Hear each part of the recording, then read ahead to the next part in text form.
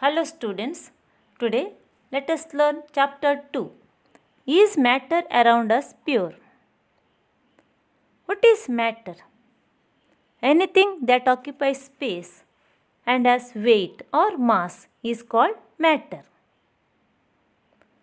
Matter exists in solid state, liquid state and gaseous state. It is based on its physical properties. Based on the chemical nature, matter is classified into two types.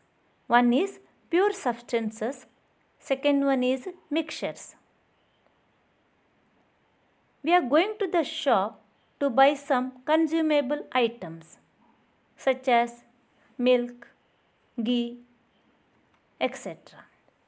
How do we judge whether these packets we buy from the market are pure? Have you ever noticed the word pure written on the packs of these consumables? Yes, you have noticed. For a common person, pure means having no adulteration or impurities. But for a scientist, all these things are actually mixtures of different substances and hence not pure. For example, milk is actually a mixture of water, fat, proteins, etc. Now, what are pure substances? A pure substance consists of a single type of particles or a substance having pure single form of matter is called a pure substance. What is a pure substance? A pure substance is one which is made up of only one kind of particles. A pure substance consists of a single type of particles, or a substance is a pure single form of matter. For example, sugar. It is made up of only sugar particles. Gold. It is made up of only gold particles. Drinking water. These are examples for pure substances. Mixture. What is a mixture? A mixture is a substance made by combining two or more different substances, or impure substances are called mixtures. Example, soil, seawater, minerals. These are all examples for mixtures. What is a mixture? A mixture is a substance made by combining two or more different substances. Example, soil, seawater, minerals, etc. Write in your notebook with the examples. Types of mixtures. There are two types. One is homogeneous mixture. Take little water in a glass, add little salt. Stir it properly. It dissolves completely in water. Now, the mixture obtained is called homogeneous mixture because you cannot make out the salt particles in water. It is completely dissolved in water. It dissolves completely in water. So, it forms a homogeneous mixture. It has a uniform composition. Salt in water, sugar in water, these two are examples for homogeneous mixture. Other examples also can be given. Second one is heterogeneous mixture. First you look at the examples. In the first example, there are some nuts, different types of nuts. In this, you can separate the nuts by physical method, or it is called by hand picking. In the second example, mixture of salt and iron. The iron particles can be separated by using a magnet. Third example, oil and water. Here you can see the margin of separation. Oil is yellow in color. Oil is collected on the upper surface of water. There is a margin of separation. In these examples, you can see the particles, constituents can be seen with our naked eye. Hence it forms heterogeneous mixture. Here the composition is non-uniform. Example, mixture of salt and iron, mixture of oil and water, or other examples can be given. Write in your notebook what is a homogeneous mixture, what is a heterogeneous mixture. Now let us see the differences between homogeneous mixture and heterogeneous mixture. Homogeneous mixture, it has uniform composition. In the example of salt and water, you cannot see the salt particles in water. So it forms the uniform composition. Heterogeneous mixture, it has non-uniform composition. Mixture of oil and water, you can see the oil and water separately. Homogeneous mixture, it has one phase. Sugar in water, it is a solution. There is no margin of separation. Heterogeneous mixture, there are two or more phases. That is, there is a margin of separation. You can see the separation between water and oil. That is called phase, margin of separation. Third difference, it cannot be separated out physically. From the sugar solution, sugar cannot be separated. Heterogeneous mixture, it can be separated out physically. From the mixture of salt and iron, the iron particles can be separated by using a magnet. Homo means the same, hetero means different. Examples, a mixture of sugar and water. For heterogeneous mixture, a mixture of oil and water, or any other examples can be given from your daily life. Solution. What is a solution? A solution is a homogeneous mixture of two or more substances. Example, soda water, lemon juice. These are examples for solution. The components of a solution are solute and solvent. Write in your notebook, name the components of a solution, solute and solvent. Now, what is a solute? What is a solvent? Write in your notebook, what is a solute? What is a solvent? In page number 16, refer your textbook and answer these questions. The component of the solution that dissolves the other component in it is called the solvent. The component of the solution that is dissolved in the solvent is called the solute. Now look at the example. Solvent is water. Learn to identify the solute and the solvent. Sugar in water. Solute is sugar, solvent is water. A solution of iodine in alcohol is known as tincture iodine. A solution of iodine in alcohol is known as tincture iodine. It used to clean the wounds. In this example, solute is iodine, solvent is alcohol.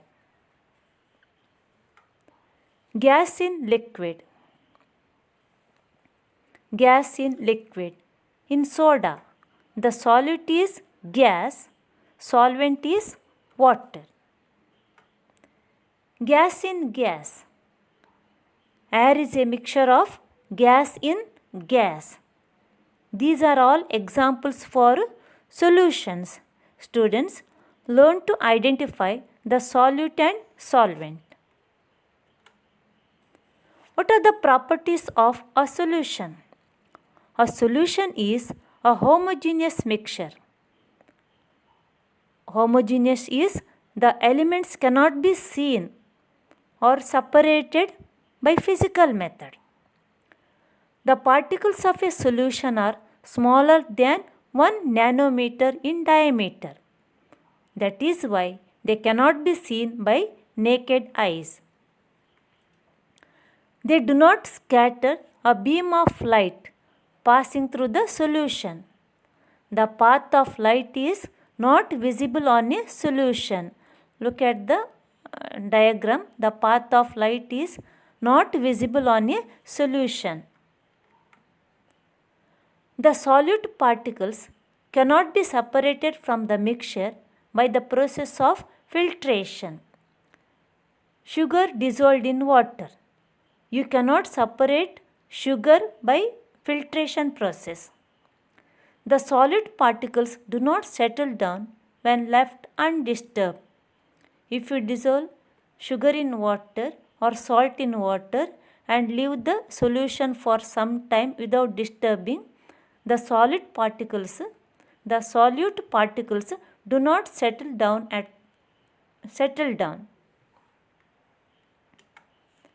Suspension.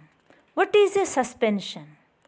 A suspension is a heterogeneous mixture in which the solute particles do not dissolve but remain suspended throughout the bulk of the medium.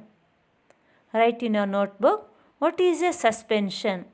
A suspension is a heterogeneous mixture in which the solid particles do not dissolve but remain suspended throughout the bulk of the medium.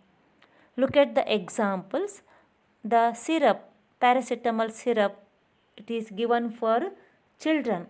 That is an example for suspension. Syrup is an example for suspension. You can remember easily. What are the properties of a suspension? Suspension is a heterogeneous mixture. You can see the particles by the naked eye. The particles scatter a beam of light passing through it. The solid particles settle down when a suspension is left undisturbed. So, the medicine bottles, it is written, shake well before use, because the particles settle down when it is left undisturbed. So, what is that? Before consuming the medicine, we have to shake the bottle well. Shake well before use. Now, colloidal solution. Colloid. What is a colloid? A colloid is a heterogeneous mixture of two or more substances. Write in your notebook, what is a colloid? A colloid is a heterogeneous mixture of two or more substances. Example, blood, starch. These are the examples for colloid. What are the properties of a colloid? A colloid is a heterogeneous mixture. That is, the particles can be seen with our naked eye. The size of the particles is too small to be individually seen by the naked eyes. Colloids are big enough to scatter a beam of light. This is called Tyndall effect. The scattering of light by colloidal particles is called Tyndall effect. Write in your notebook, what is Tyndall effect? The scattering of light by colloidal particles is called Tyndall effect. Colloids are big enough to scatter a beam of light. This is called Tyndall effect. Look at the screen. In the first beaker, there is a solution. In the second beaker, there is a mixture of water and milk. The light, you see the scattering of light in the mixture of water and milk. But in the case of solution, you cannot see the scattering of light. collides scatter the beam of light. Students, you conduct this activity at home. Take one transparent bottle, fill it with water, 3/4 of water enough, add 2 drops of milk. Then, using a torch, pass light through this mixture. You can see the scattering of light clearly. Students, you conduct this activity. The scattering of light by colloidal particles is called Tyndall effect. What is Tyndall effect? Write in your notebook. The scattering of light by colloidal particles is called Tyndall effect. They do not settle down when left undisturbed. They cannot be separated from the mixture by the process of filtration. They are separated by centrifugation. Centrifugation, the instrument that we use to separate butter from the curds, what is that called? Churner. Okay, when you rotate that churner, the butter is separated. This is one of the application of centrifugal force. Centrifugation, the instrument used to separate butter from the curds, that is churner. This is called centrifugal force. The particles of the colloid can be separated by a process called centrifugation. What are the components of a colloidal solution? What are the components of a colloidal solution? Page number 18. The components of a colloidal solution are the dispersed phase, that is the solute, and the dispersed medium, that is called the solvent. Dispersed phase, solute, dispersing medium, that is solvent. Refer your textbook, table 2.1, page number 18. Common examples of colloids. Students, write this table in your notebook. It is enough for today. If any doubts, please contact me. Thank you.